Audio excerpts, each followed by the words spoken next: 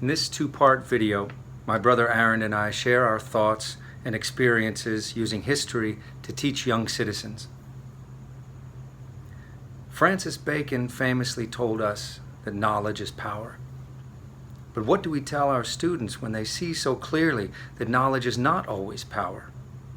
What do we tell them when they see science dismissed by those in high office? When they see expert consensus labeled a conspiracy or a hoax? What do we tell them when opinion and political tribalism drowns out the hard-won truths of history? What can we say when political leaders contradict the reality that our students can see in front of their eyes? Historian Mark Bloch lived and died in a world where knowledge and good scholarship did not translate into political power. In the introduction to his classic text, The Historian's Craft, he wrote that the historian's first duty is to be sincere. As a member of the French resistance to the Nazi occupation, Bloch continued to write when he was able, and The Historian's Craft was published several years after he was captured and executed in 1944 by Nazi forces. His call for students of history to be sincere in their studies still resounds today.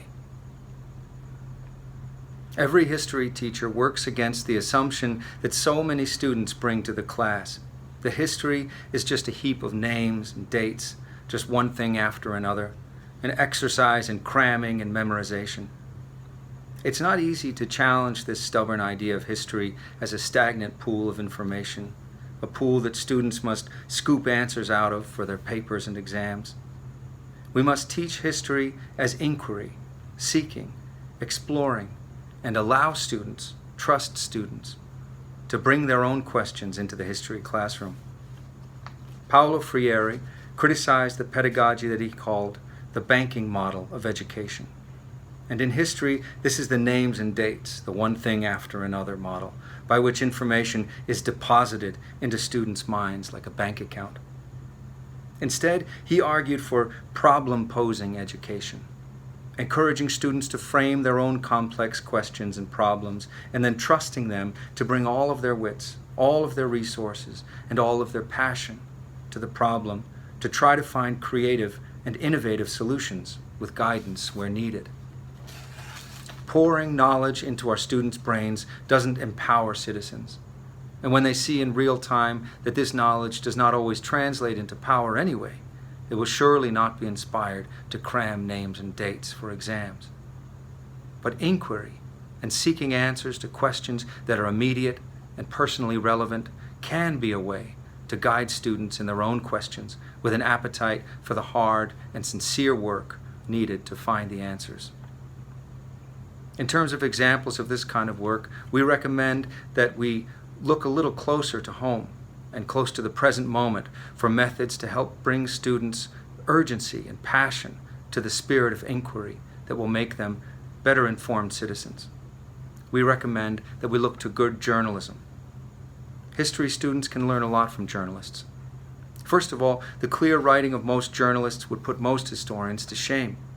A good journalist's respect for language and clear communication is a lesson that more history students need to learn, and learn early.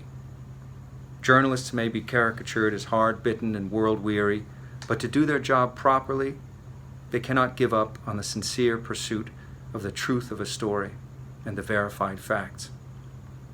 A simple extended classroom activity could involve each student picking and following a local, regional, national, and global story tracked over time. Allowing students to choose the 4 topics is essential, and it will give them ownership over the assignment, making it the kind of project they can remember for years. What kind of sources are the journalists using? How are they attributing and differentiating statements of fact and opinion?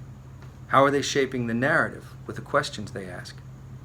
How are they demonstrating their mastery of the facts and the context?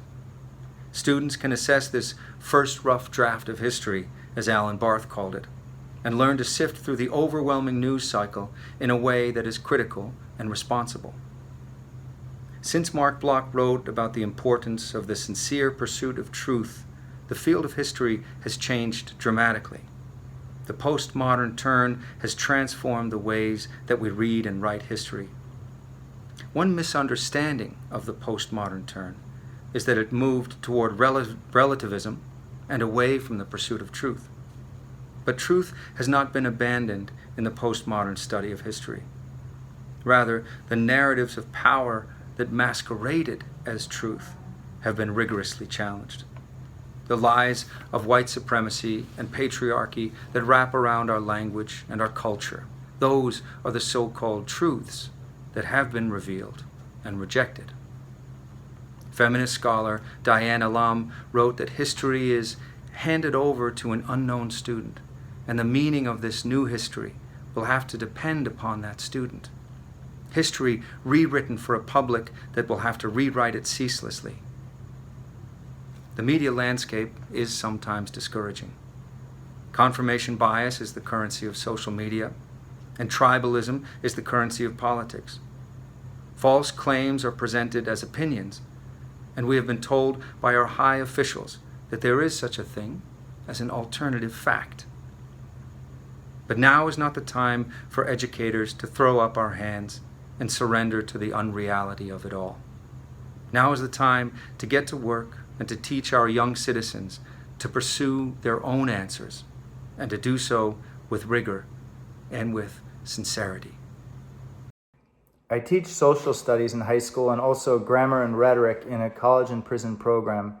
And in both settings, I often find young students whose expectation is that the teacher's role is to pour information into them while they sit passively trying to absorb it all. The temptation is there to give them what they think they want, directly filling them up with knowledge, especially high school students preparing for a summer school test or first-year college students in prison. But I learned quickly that too much direct delivery of information, even good information that they need, kills their enthusiasm. My young prison students are especially eager and on fire for the chance to get the educational opportunity that many of them missed earlier in their lives. I have to dig in my heels to resist the impulse to immediately answer all their anxious questions, and instead I try to mix those answers in along with opportunities for students to discover, discuss, and do. It seems to me that the choice to either actively seek knowledge or passively receive it applies to a young citizen as well. When students participate in the world as adult citizens, whether on re-entry into society from prison or after graduating high school, they face that choice. Will they have learned in school that they should wait for an authority to give them information, to tell them what to do and how to do it? Or will they have learned to find the answers themselves, to question authority, to work with their peers, and finally help educate others, passing on the torch of active citizenship? As my students read, discuss, and free write on historical rhetoric, whether they're reading Mandela's Statement from the Dock or King's American Dream, they often ask where the giants like Mandela and King are today. This is a recurring question, reflecting a hope that a dominant, powerful reformer will step forward in our time to lead them, to tell them how best to be active citizens, bringing reform in the face of injustice. Many students seem to want a charismatic champion to cut through all our chaos and uncertainty and tell them what to do, just as they at first want me as the teacher to fill them up quickly with knowledge. And yet, as they start to do their own work and writing, they begin to find their own voices. Their appreciation for great leaders doesn't go away, but they take obvious joy in writing and speaking of their own experiences and what they have to teach others, which comes out of that experience. One exercise I like to start with, and which especially works to channel the freshman eagerness of my prison students, is writing a speech of no more than 500 words with a citizenship or a civil rights theme, which they have to deliver to the class after 6 weeks of writing, revision, and editing. We begin by reading, discussing, and free writing on a variety of historical speeches. We examine rhetorical devices, historical context, everything from the sound of the language to the educational background of the speaker. And they begin to work on their own speeches. But as they begin to work on their own speeches, many students move from wondering if they have anything to say at all to soon finding they have so much to say that they push back against my 500-word limit.